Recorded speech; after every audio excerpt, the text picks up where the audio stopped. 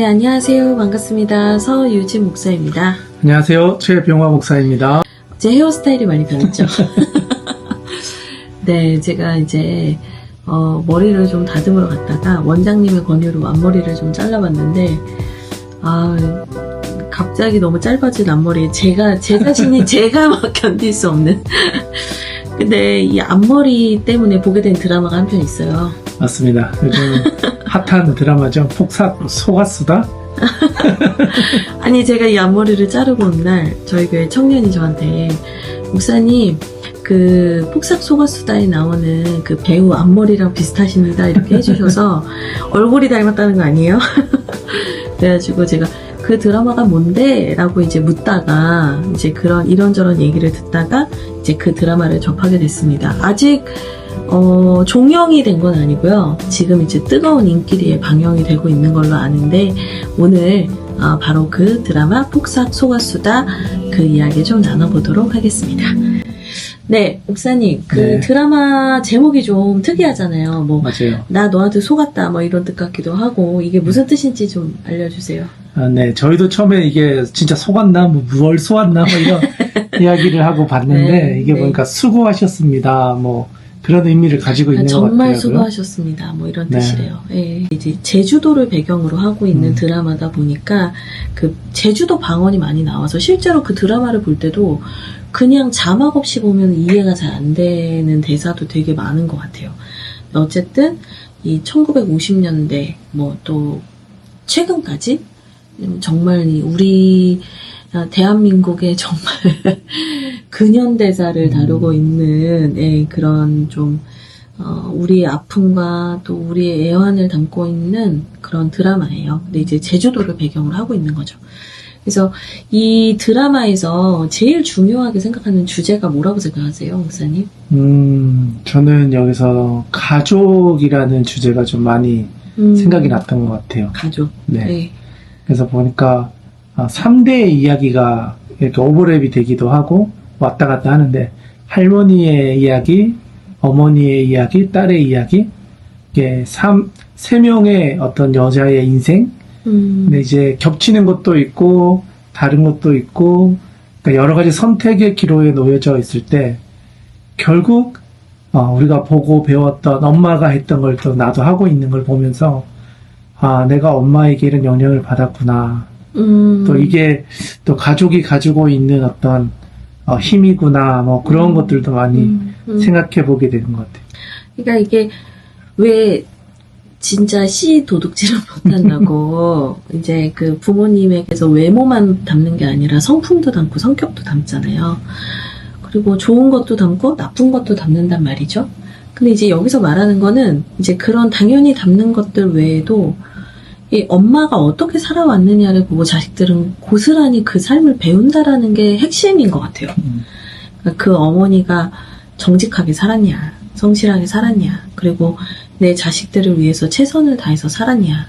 자식들은 결국에 그걸 다 보고 배워서 그런 삶을 살아가게 된다. 그래서 내리사랑이라고 그 다음에 또 생명들에게 그 사랑은 계속해서 흘러간다. 그런 얘기를 하고 있습니다.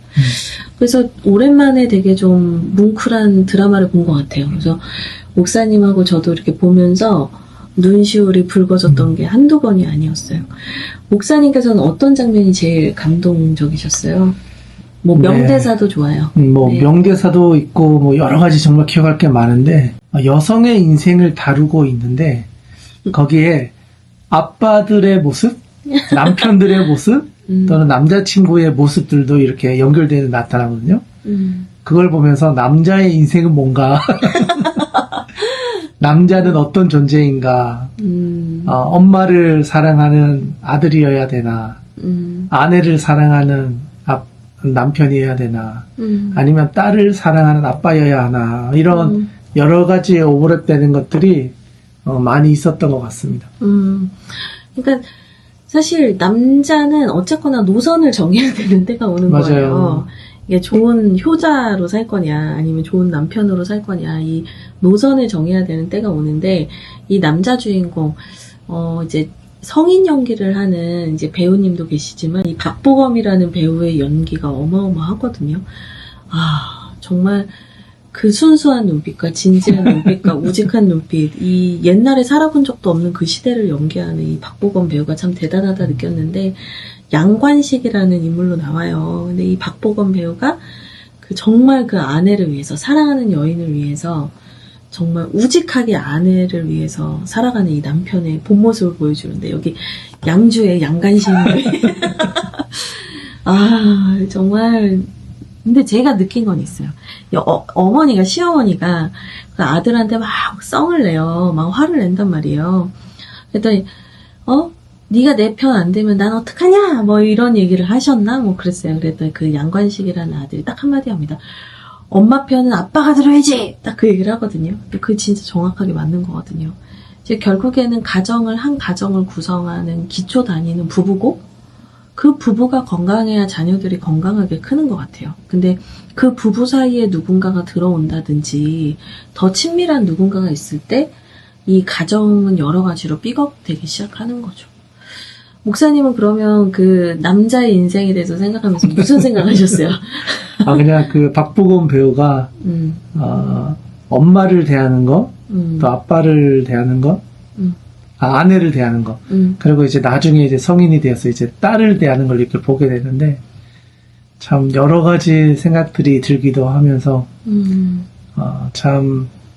어쩌면 이건 여성들이 바라는 남편상을 가장 잘 보여주는 어떤 남편의 이상적인 모습이지 않나. 이상향이라고요? 이상향. 이 시대에 모든 여성들이 원하는 남편감? 이런 느낌. 외모도 잘생겼고, 아내만 위해주고, 그러니까 모든 걸 다 하는, 어쩌면, 작가의 의도도 좀 깔려있지 않을까. 너무 냉소적으로 보시지 말고. 아니, 여보가 양관식이야? 아유. 네, 하여튼, 보면은, 많은 생각을 해보게 되는 것 같아요. 네, 맞습니다. 그리고 저는 개인적으로 좀, 생각났던 장면들이 뭐 많이 있지만, 저한테는 좀 인상 깊었던 장면들이 뭐였냐면, 그 어머니가, 그러니까 그 오해순이라는 여자 주인공이 있어요. 그 성인 역할은 그 문소리 배우가 하시고, 그 다음에 이제 어릴 때 역은 아이유라는 그 배우가 하는데, 그 오해순이라는 그 분이 참 힘들게 살았거든요. 아버지도 바다에서 돌아가시고, 그러니까 섬에 사시는 분들은 다 그런 아픔들이 있잖아요. 그리고 또 어머니도 해녀로 살다가 요절하셨고, 29에 요절하고, 그리고 셋째 아들도 바다에 이렇게 잃어버리게 되는 너무 큰 아픔을 많이 겪어요. 그러니까 10살에 고아가 됐고, 사랑하는 사람을 만나서 잘 살았지만 자식도 바다에 잃은 그런 좀 아픈 우여곡절이 많았던 참 가슴 아픈 배역이거든요. 근데 이 오해순이라는 분이 그 엄마의 그 절친들, 그 같은 해녀 이모들의 사랑을 받으면서 자라요. 근데 제가 그걸 보고 느끼는 게, 우리는 엄마 아빠가 없으면, 또 엄마 아빠의 사랑을 받지 못하면 내가 아예 사랑을 받을 수 없는 존재다라고 생각할 수 있는데, 사실은 하나님께서 우리의 삶 속에 너무 고마운 분들을 많이 심어 놓으셨다는 생각이 들어요. 우리가 살아가면서 이 나이 때는 이 분을 만나서 참 많은 배움을 얻었고, 또 그 다음 나이대가 돼서는 또 다른 어른을 만나서 이런 가르침을 받았고 사랑을 받았고, 그러니까 한 사람이 자라나고 형성되기까지 얼마나 많은 분들의 사랑과 관심과 기도가 있었나. 근데 그 오해순이란 한 인물이 그렇게 살아가기까지 정말 많은 분들의 눈물과 돌봄이 있었다. 그러니까 혼자서 살 수 있는 사람은 아무도 없는 것 같아요. 내가 아무리 열심히 잘했다고 해도 언제나 그 주변에서 그 당시에 그 아픔을 함께 버텨줬던 사람들이 있기 때문에 내가 여기 있는 거지, 나 혼자서 왔다, 이거는 정말 말도 안 되는 생각이라는 생각이 들어요. 그러면서 제가 또 하나 생각난 게 하나 있었거든요. 그 명대사가 하나 있는데 저는 그 대사가 좀 잊혀지질 않았어요. 거기에서 무슨 얘기를 하냐면 팔자 얘기를 진짜 많이 해요. 뭐 엄마가 과부였으니까 과부 팔자 딸도 따라간다, 뭐 식모 팔자 따라간다, 이렇게 해서 이제 팔자 얘기를 해서 이 오해순의 그 시할머니께서 맨날 그 오해순이라는 배우한테 팥을 뿌려요. 막 부정 탄다고, 옛날 미신 뭐 이런 것 때문에 팥을 자꾸 뿌리거든요. 계속 네 팔자 어떻다, 네 팔자가 이럴 거다, 막 계속 그런 얘기를 하거든요. 근데 거기에서 제가 느꼈던 제일 명대사는 뭐였냐면 성격이 팔자라는 대사였어요. 그러니까 이게 무슨 얘기냐면 사람들은 뭔가 우리가 운명론적으로 어떤 삶이 결정되어 있다라는 생각을 하고 그거에 대한 두려움 속에서 살아가는데 실상은 그 사람이 성격, 그러니까 살아온 성격, 그 사람의 성품, 그 사람이 뿌린 대로 거둔다 이거예요. 그래서 부모님들이 선하고 착하게 살아가면 또 그게 돌아서 내 자식들에게 유익이 되기도 하고 또 자식들이 그걸 보고 자라기 때문에 사람들에게 선대해서 또 누군가한테 도움을 받는 인생이 되더라는 거죠. 그러니까 팔자 타령하지 말고 착하게 살아라 뭐 그런 얘기를 해요. 근데 저는 그게 진짜 많이 와닿았던 것 같아요. 목사님. 목사님 지금 이렇게 듣고만 계시면 안 되고요. 네. 또 얘기도 하셔야 돼요. 네. 네. 사순절을 우리가 보내고 있잖아요. 그러다 보니까 사순절과 관련해서 좀 이렇게 어떤 좀 통찰이나 메시지를 받으신 게 있는지. 저는 그 엄마, 이제 홀로 남아서 애들을 키워야 되는 그 엄마가 이 딸을 위해서 하는 그런 모습들이 자기의 모든 인생을 걸고 자녀를 어떻게든 나처럼 살지 않게 위해서 그러니까 쪼그리고 앉아서 그 맨날 불 이렇게 지피는 걸 하는데 내 딸만큼은 내 자녀들만큼은 이런 인생 살지 않게 하고 싶다. 그래서 나가서 자전거도 타고 하고 싶은 거 다 하고 여기에 이렇게 앉아 있는 인생 되지 않았으면 좋겠다. 그런 이야기를 하는데 그 모습을 보면서 좀 희생이라는 게 이런 의미구나. 엄마의 사랑이 이런 거구나. 부모님이 자녀를 생각하는 마음이 이 정도인데 하나님은 우리를 향해서는 또 어떤 마음이셨을까. 뭐 가난도 문제이기도 했고 또 이제 제주도라고 하는 그 여러 가지 배경들이 보여주는 그 참 쉽지 않은 여정들. 근데 하나님이 보셨을 때 우리의 상황이 그러지 않았을까. 우리의 힘으로서는 거기서 도저히 벗어날 수 없는 마음은 있지만 벗어날 수 없는. 그런데 거기서 꺼내서 새로운 어떤 국면을 맞이할 수 있는 길을 열어주셨다. 이제 그런 점에서 그 안에서 찾아본다고 한다면 그 어머니의 그 마음이 하나님 아버지의 마음이지 않았을까. 그런 생각은 좀 해보게 되는 것 같아요. 저는 이제 이 드라마 보는 내내 생각났던 소설이 파친코라는 소설이었는데 누군가의 희생과 헌신 때문에 우리가 누리고 있는 것들에 대한 얘기를 많이 하거든요. 근데 이제 그런 맥락 안에서 보면은 그 소설도 보시고 이런 것도 한번 보시면 좋을 것 같고 그 옛날에 우리 어른들이 어떻게 살았나 이런 거를 시각적으로도 되게 재현을 잘 해놔가지고 여러모로 이해가 많이 될 것 같아요. 특별히 요즘은 우리나라가 너무 시끄럽고 힘들잖아요.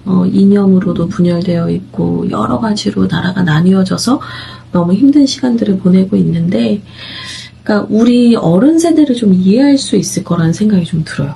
그러니까 우리는 먹고 사는 것 때문에 고민을 하고 걱정을 했던 세대라기보다는 그러니까 내가 뭘 하고 살면 좋을까? 내가 하고 싶은 걸 더 많이 하고 싶은데 어떻게 하면 더 많이 할 수 있을까? 뭐 이런 걸 고민하는 세대였지만 그 옛날 세대는 정말 살아남는 게 중요했던 세대였거든요.